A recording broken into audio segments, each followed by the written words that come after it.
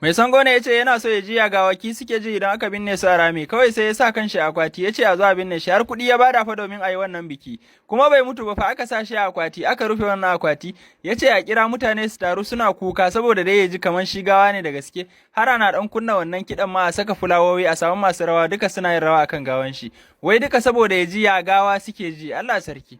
Mai sango ne yake tuka yaron shi a mota, to yaron kuma yana da karambani sosai gaskiya, kawai wannan yaro sai ya garzaya zuwa baya ya shiga but, a sai kuma but in bai rufu sosai ba. Allah sarki. Mai sango yana jan wannan mota kawai ba sai yaro ya fado ƙasa ba, tab ana ta cewa tsaya ka bar yaron ka a ƙasa, kawai sai mai sango ya samu ya saurari abin da ake gaya mishi, ya sauko da gudu yana yaro na kawai zai dauki wannan yaron nashi mai karambani. Allah sarki. Mai sango ne ya zamo direban mota, ana tsaka da tafiya kawai ya ji kai wannan tukin fa ashe akwai wahala bayan da ya dauka bane, yace shi kai ya fasa ma, kawai ya fita daga cikin wannan mota ya je ya samu wani waje dai a gefe ya zanna a wannan waje. Ha'a, wayanda suke cikin motan kuma suka ce to yanzu ya za su yi kenan, suka yi kokari ma su bude kofan baya buɗewa saboda ya rufe ta waje, karshe dai suka yi ta neman taimako sai da aka turo musu wani direban sabo daga kamfani ya zo ya bude su ya tuka su. Allah sarki. Mai sango ya musu aika. Mai sango ne ya shiga jeji yawon bude ido kawai sai kuma ya ki dawowa, mutane suka rikice kasancewan shi mai sango yana da masoya da yawa, aka taru ana ta neman shi a wannan jeji,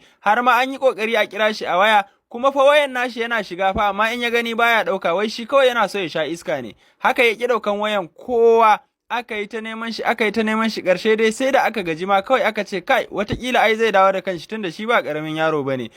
Haka dai mutanen nan kowa ya samu yayi tafiyan shi, sai bayan wajajen awa 24 shi mai sangon shi da kanshi sai ya dawo gida. Allah sarki. Haka dai ya ba su wahala. To anan kuma mai sanko ne ya ce wai shi ya gaji da mata, kawai zai je Sahara ya boye kanshi shi kadai inda ma mace ba za ta ganshi ba, shi ma ba zai ga mace ba, ko mace ya gani tana zuwa ta hanyar da yake kawai sai ya falfala da gudu ya shiga gida ya kulle kanshi. Allah sarki. Wai shi dai samsam baya son ma ya ga mace, kar ma mace ta ganshi shi ma kar ya ganta.